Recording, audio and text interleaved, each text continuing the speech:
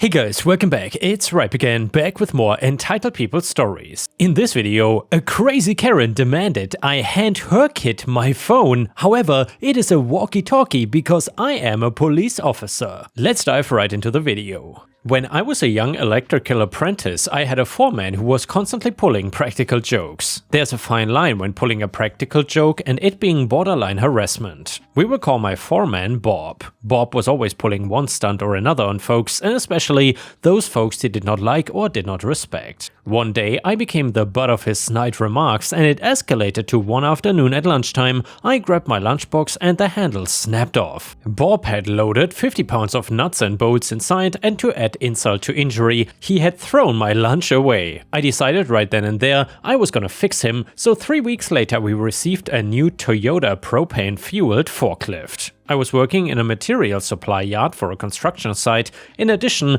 the area our yard was in had just been paved. The forklift ghosted through the yard like a stealth bomber. It was actually quite dangerous as it was too silent, and then the planets aligned. Bob had become predictable in his habits. At 12:32 every day, he would run out of the office and use the porta potty that sat on top of a wooden pallet. There was no one else in the laydown yard as the rest of the workers and apprentices were delivering parts to the job. I grabbed the keys to the forklift and ghosted over to the porta potty. I silently slid the forks into the pallet until the guard on the forklift was against the door to the porta potty, and then yoinked the whole thing 6 feet in the air. I put the forklift in neutral, pulled the parking brake and turned it off. I then slipped away to deliver an entire load of 2-inch EMT to the second floor crew. Meanwhile, Bob hung in the air in that sweltering porta potty for a good 2 hours before anyone figured out where he was or why the commode shack was jacked 6 feet up in the air. To the best of my knowledge, Bob never pulled a practical joke on anyone or was mean and cruel to anyone again. He learned his lesson. The week Bob retired, I made my confession of who parked him in the air, and we parted on good terms. And the next one is the title story, which is titled, Karen demands I hand her kid my phone. However, it is a walkie-talkie and I'm a cop. So I'm a police officer and I was working at a local park in plain clothes due to a lot of issues happening in this area. Everything from beatings to muggings to kidnappings have been increasing in this park, and I was part of a group of cops trying to figure out why. Wearing a uniform is a good way sometimes to not find the culprits, as they will avoid our detection. So wearing civilian clothing and just using walkie-talkies makes it more likely. So anyway, I'm doing my patrol and giving the all clear in the walkie-talkie when a kid, probably only about 4 or 5, comes up to me. Kid, phone, give me phone. He is pointing at my walkie-talkie, and it's clear that he thinks it is a kind of phone he never saw before and wants to play with it. My apathy in general is high, so I don't question who is raising a kid that thinks running up to strangers demanding phones is okay. But I decided to handle it quickly so I can continue with my work. Me, sorry buddy, but this is not a phone. Go back to your mommy or daddy and don't talk to strangers, okay? Kid, okay. He sulks off, clearly upset, but he did listen, so props to that kid. Only for a few minutes to pass and him to come back with Karen in tow. She had a face like she just ate a lemon and her hands were on her hips. I knew the kind of person I was dealing with here and internally groaned knowing that this was going to take up and waste my time. Karen, did you just tell my kid that he couldn't play with your phone? Me, it's not a phone, and I told him that he should not talk to strangers. Taking things from random people is one of the top ways kids get kidnapped. Karen, oh, so now you wanna lie and kidnap my kid. Just let him play with the phone. Now the kid is all riled up because his mom was probably telling him that he could have my phone. He was throwing a full-on tantrum after I did not give it to her again, and despite her child being distressed, she was just smirking at me. Karen, see what you did now? You made my little angel cry. You should let him just have the phone after doing that to him. Me, for the last time, this is not a phone, it's a police walkie-talkie, and I am working right now. Karen, how dare you pretend to be a cop? That is illegal, and I can call the real police and have you put away forever. I will just tell them that you are trying to kidnap my baby. If you hand over the phone though, I won't do anything. As it is, you're being selfish, not wanting a child to be happy and have fun. I had my limit and at this point and told Karen one last time that I was a police officer and I was busy. I walked away only for Karen to grab my arm and try to grab the walkie-talkie away from me. I warned her that what she was doing was assault on an officer and to back off and get on the ground. She ignored my commands and instead got more aggressive. She was screaming that I was pretending to be a cop to spy on little kids, and even showing her my badge did not resolve anything. I called my partner through the walkie-talkie that I needed backup and a uniformed unit to help. She was kicking me in the shins like it was gonna stop me while it didn't even trip me up. I did have a nasty bruise the next day, but getting into a fight as an officer, I've had a lot worse. My partner came and identified himself for Karen to say that he was faking too, and once uniformed officers arrived, she started to cry and say that we were pretending to be police and attacked her and tried to steal her kid. The kid that was still on the ground kicking and screaming that he wanted the phone. I swear, this kid came right out of the show Carl Liu or learned how to throw a fit from it. It was high-pitched and horrible. Of course, Karen did not want to listen when she heard that we were actually police and I had called for the backup for her to be arrested. Staying on the random topic of animation, she had a shocked Pikachu meme face when she realized that we were not in trouble, but instead she was. She was taken in for booking while I waited around with the kid for his father to come and get him. The man seemed normal and apologized for his wife. He looked exhausted from being married to her and just took his son home and gave me his number for if he should come and get his wife. She was charged with assaulting an officer and was booked and all of that. She got out on bail, but when it came time to appear in court, she just decided not to show up. Well, this happens sometimes, so a bench warrant was put out for her and she was taken back into custody. Due to her being a Karen, she of course was going to have some fantastic excuse of why she didn't show up to court. She had a hair appointment and felt like court could just be moved to another day. She didn't understand why it was such a big deal and that we were taking it all the way out of proportion. She really just did not have a clue how things worked or why she was being arrested yet again, this time having to wait in jail until another opening in court came up. Now, with the added charges of not showing up to court and losing her bail money, something which she argued she should get back because it wasn't like she left the country or anything, basically complaining that she was being treated like a criminal, well, when she was in fact a criminal. Since she didn't use a weapon or anything, and because I was technically out of uniform and could theoretically appear to be a fake officer, she avoided more time in jail. Instead, she got hefty fines, community service and mandatory anger management classes. If I hope for anything, it would be that the dad takes his kid away from her and raises him right, because with him being so young, there's still probably time. Edit, people were curious about the conclusion to all the increased crime in the park, and well, the thing of it was, a gang was using the park for initiations and we managed to catch them and shut it all down. This was a small local gang, so after the arrest, things started to calm back down again. People were asking if I knew anything else about Karen and what happened to her, but I really don't. She has not been in the system again, so no further arrests, and I have not personally run into her since then. My guess is that she is doing her service and going to classes to stay out of prison. From my experience in these matters though, she is not gonna change. Karens are usually stuck in their ways with not much any of us can do about it. And yeah, Ripe Stars, if you enjoyed the title story, please don't forget to like the video and subscribe to the channel if you haven't already. Thank you so much in advance. The next one is a malicious compliance story. So I have worked in public education at site for over 25 years. The supervisor was a new one with a questionable past. I was newly elected union president. The supervisor didn't like me and I think felt threatened by my mere existence and went after me. Well, Skippy, that was the wrong move. From the beginning of the educational term, my supervisor ND and I clashed. They seemed to go out of their way to find something to talk with me about, write me up for, or simply question me about. At first I chalked it up as trying to figure out what I did and how things ran, but it became obvious that it was going after me and wanting to get me fired.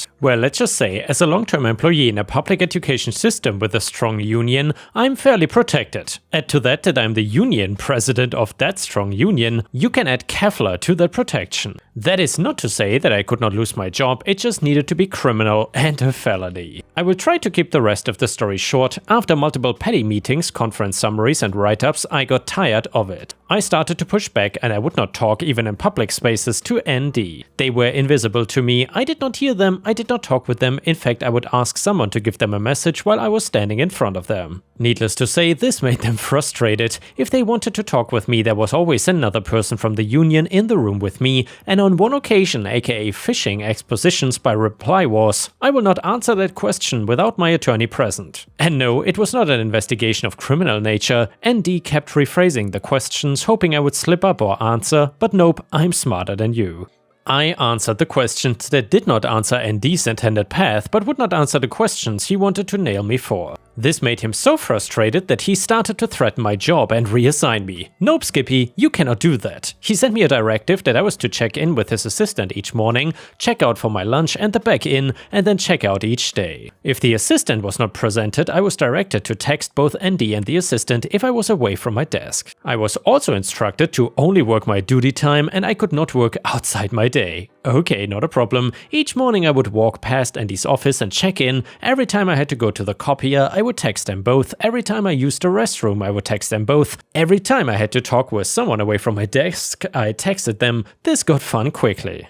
If I got called into a meeting by the dean or other higher administration, I told them I was not allowed away from my desk office classroom without Andy's permission and that they needed to call him to get that permission. Well, needless to say, I was following the directive to the letter and blowing up things with a smile. This lasted about 2 weeks before the dean and others started to get annoyed by the actions and directive of ND. The increased pressure upon ND became increased pressure on me. Yep, he was not getting the message and digging his heels in because he is the boss and I was just a subordinate. When I was fed up, I brought in the regional union representative and they started to get very clear with not only ND but the president of the educational institution that the next meeting would involve the union attorneys and we would be filing legal action under the state and federal laws in regard to union busting. Big dollars in attorney fees to even start to answer the complaint. And by the way, it cost us nothing for our attorneys in filing. Make a long story short, my life got much easier. He was not allowed to talk with me and he was placed on administrative leave for the remainder of the year and never returned to educational employment in the area. And for me, life is great and I'm happy to work more hours than I'm paid for and I don't need to text anyone when I have to pee. Winner. And the next one is a petty revenge story. Back in high school, I struggled hard. I had a stepdad who adopted me and then ignored me my whole life, and a mom who was wrapped up in making his life perfect. Yeah, he was what some might call a textbook narcissist with my mom as his flying monkey. Wizard of Oz reference, by the way. So anyway, school was a difficult time for me and I had a lot of anxiety and a hard time focusing. I attended all my classes and was always doing very well on my assignments, but had trouble completing them. My guidance counselor was the same all through high school and every year would start with a meeting with her and I would explain I needed more help because I was struggling to focus. She brushed me off every time, stating that I obviously wasn't trying hard enough because I had no excuse since my stepdad, adopted dad, was, wait for it, a social worker for the school board and personal friend of hers. Yeah, it was awful. At the end of high school, we had our obligatory meeting about what colleges and universities or trade schools to apply to. I told her I was interested in psychology and would like to be a counselor or to teach psychology. This woman scoffed, literally scoffed at me. She said, and I quote, "Please don't apply to university. It would be a huge disappointment for you. You are not university material and you may be better with a community college or even certificate in administration." Now let me say, there's nothing wrong with going to community college or getting a certificate in something, nothing at all, but this woman's words would haunt me my whole life. I wanted to pursue something I was very interested in and she essentially told me I was not smart enough or capable enough to do it. So fast forward to my late 20s, I worked at a variety of small jobs here and there and became very depressed. I finally decided one day that F it, I'm applying for university. Well, I got in and I graduated with honors, so I went to Teachers College for another bachelor degree. Again, graduated with honors, and about 5 years ago, I finally finished my master's in behavioral psychology. 2 years ago, stepdad died, and who is at the visitation? It is my old guidance counselor. She came right over and started talking to me, and immediately, like she knew me, like we are old friends. I cut her off and said, "I'm so sorry, you must be confusing me with someone else." She looked absolutely shocked and said, "I was your guidance counselor for 4 years. And I just shook my head and gave the best blank look I could give, shrugged and said, "Sorry, I honestly don't remember you." When I left, she looked a bit confused and disappointed. I think she had hoped for me to have all of these good memories of her, how helpful she was to me as a teen. But nope, I wanted her to feel that she was nothing to me. That she had zero effect, even though she did affect me, I was not letting her know that. I felt pretty good about that. Added to anyone wondering, I now teach psychology to future counselors, so I'm doing what I originally wanted, and that made this so much sweeter. Second, my mom had run into her a few times at the grocery store before this and has bragged about my accomplishments, so I did not have to tell her about them. She knew I was successful. And the last one is titled EM calls the cops on me for trespassing on my own land, gets evicted. The cast is me, EM, typical entitled cow, Frank, unlucky neighbor, previously UN before the edit, the owner of EM's house and the father of EM's baby daddy. Grandfather, an 83-year-old farmer who takes no crap, and cops number 1, 2 and 3. Backstory: for most of my life I was raised by my grandfather. Nothing was wrong with my family life or anything, just a few sets of circumstances. That's a whole other story in itself. We live in a suburban area surrounded by woods, and he owns about 10 acres into the woods with the boundaries clearly marked by stone walls. One of these stone walls separated my grandfather's land from a cul-de-sac, and up until now we've had zero problems with any of them. In fact, my grandfather was usually more than happy to give permission to neighbors who politely asked him to use his land given they had a good reason. One of these neighbors had asked my grandfather if he could dump the sticks and leaves in his yard over the stone wall. My grandfather agreed, as he rarely uses that part of the property anyway. This will be important later. My grandfather is very healthy for his age and still strong as an ox. That being said, he has a few minor health issues, including vertigo spells, so I've been trying to help him around the yard more and more, so as well as just to stay active outside away from crowds with this virus going around. Recently I've started the project of cleaning up the underbrush around the wooded area. A large pine had fallen a few months before and almost hit one of the porches in the cul-de-sac. My grandfather cut up the tree and removed the pieces in the neighbor's yard, but it was too deep in the woods to pull them out with the tractor. This led to me going back to that pine tree and trying to clear a path back to the house from there. I was behind the stone wall cutting and pulling up saplings when I hear the glass door of the cul-de-sac house open and an angry lady storming out onto the porch in a bathrobe. She was much younger than a typical Karen, I would say mid-20s. EM: What are you doing here? You cannot be here. Me: why not? EM: Because you're trespassing, dumbass. You think you can just hang out in the woods behind my house with my kids inside? Get the F out of here before I call the cops. At this point I'm just looking at her, trying to figure out what to say. I mean, I get it, it can be a little weird seeing someone in the woods behind your house if you haven't seen them before. Me: Ma'am, I'm sorry if I scared you, but my family owns this part of the woods. I'm just cleaning up back here. Remember, me and my grandfather were back here a few months back to take care of that tree that fell down. I just need to clear a path so we can get it out of here. At this point I thought it was purely a misunderstanding. EM: Don't be ridiculous. Those were laborers my boyfriend's dad hired. You don't own the land. My boyfriend's dad owns all of this. Gestures with her hand. Now I tell you one more time to get out before I call the cops. Now I am thinking I might be dealing with a genuine idiot, as outside our property boundaries the woods are owned by the town water plant and don't have public access. But I am also taken aback that she referred to us as laborers. Me: Guess you're going to have to call the cops then, because I ain't moving. I don't care what you, your boyfriend or your boyfriend's dad says. I shrug as I lean back against the wall and pull out my phone to call my grandfather to tell him where I was. He tells me he will be there in a few minutes and to hang tight. She then dramatically proceeds to call 911 and tells them there is a shady individual on her property refusing to leave and she's afraid for her life. I start getting nervous at this point, even though all I have on me is a hooked branch cutter. So I call up the police non-emergency number, briefly explain the situation as just a land dispute that got out of hand and that I am unarmed and waiting on my own property and that I have never left my own property. He assured me that it would be settled when the officers arrive, which did not help my nerves. Just then I hear my grandfather pull up and see him walking through the yard towards us. EM: What? Stay back, you cannot come in my yard. Grandfather growls: Keep your mouth shut, you dumb broad. He growled as he walked over to me and climbed over the wall so he was on my side. Grandfather: Now who the hell do you think you are? And why are you yelling at my granddaughter? EM: My boyfriend's dad owns all this, and both of you are going to get arrested for trespassing. My grandfather let out a dramatic, indignant laugh. Grandfather: Oh, did he tell you that? Well, you're in for quite the shock, and your boyfriend's dad is in for quite the talk. After them yelling back and forth for a few minutes, 2 cop cars pull up and 3 officers come walking into the yard. As soon as they do, she starts screaming again about how we have no right to be in the woods behind her house where we can see her kids inside. Cop number 1 looks to G. Sir, do you own the property behind this wall? Grandfather, yes sir, I do. Pulls out his wallet to show his address. Cop eyeing his license. Sir, this address is for down the street. Me, correct, but if you look on Google Maps, it shows the property boundaries of that address reach out through the woods and end at this wall.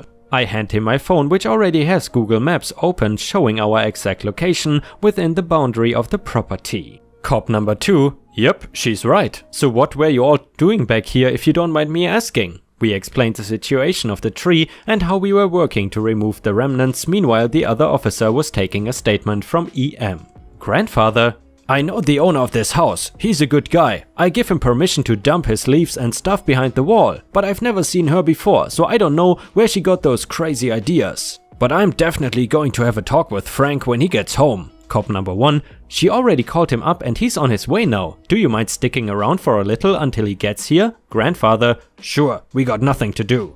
The cops walked us to my grandfather's truck where we waited about 10 minutes for Frank to pull in. When he did, he immediately walked over to the truck. Frank, grandfather's first name, OP, what's going on? Someone was hiding out in the woods? Are you okay? Did you see him? To clarify, we've had an issue in the past with people running from cops and hiding in our woods. It took a second for us to realize he thought that maybe EM saw one and we came to chase him out. Me? Not exactly. At this point 2 cops are around us again, but being 2 old guys who obviously pose zero threat, they are noticeably relaxed and kind of let them talk it out. Frank explains that EM is his granddaughter's mother and his son had made some mistakes and currently both were staying with him while they tried to find a place of their own. He thinks maybe his son told some lies to make him look better. Grandfather, well, I hate to say it, but your son made some big mistakes. She's crazy.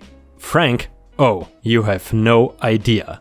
The other cop is still talking to EM, who won't stop screaming about not wanting us being able to see into the living room, especially my grandfather, creepy old man. My blood is boiling at this point. My grandpa is the type of person who would gladly throw his life away to save a child, any child, even a stranger's. Frank heard this too and ordered EM inside at once. He told the cops he needed to have a talk with both her and his son about their living situation, but they might want to remain nearby in case she tries to call again for whatever reason. Me and my grandfather are given the clear to go but leave our contact information. Found out later that week that EM was getting evicted for a number of reasons, with this little incident being the last straw. He's also filing for custody of his granddaughter because EM refuses to get a job yet still has money for weed, yet keeps asking Frank for money to take care of his granddaughter. I really feel bad for her in this situation, but I have no sympathy for EM whatsoever, entitlement at its best. And yeah guys, with this we have reached the end of the video. However, if you cannot get enough of my content, please don't forget to subscribe to the channel to not miss any of my daily uploads. And also check out my podcast by searching for Ripe Stories on Spotify, Amazon, Audible and other podcast platforms. You will often find exclusive episodes and early access to new content. Furthermore, please check out my Patreon by going to patreon.com/ripeyoutube or my YouTube membership program for even more exclusive stories. Thank you so much and I will see you again tomorrow.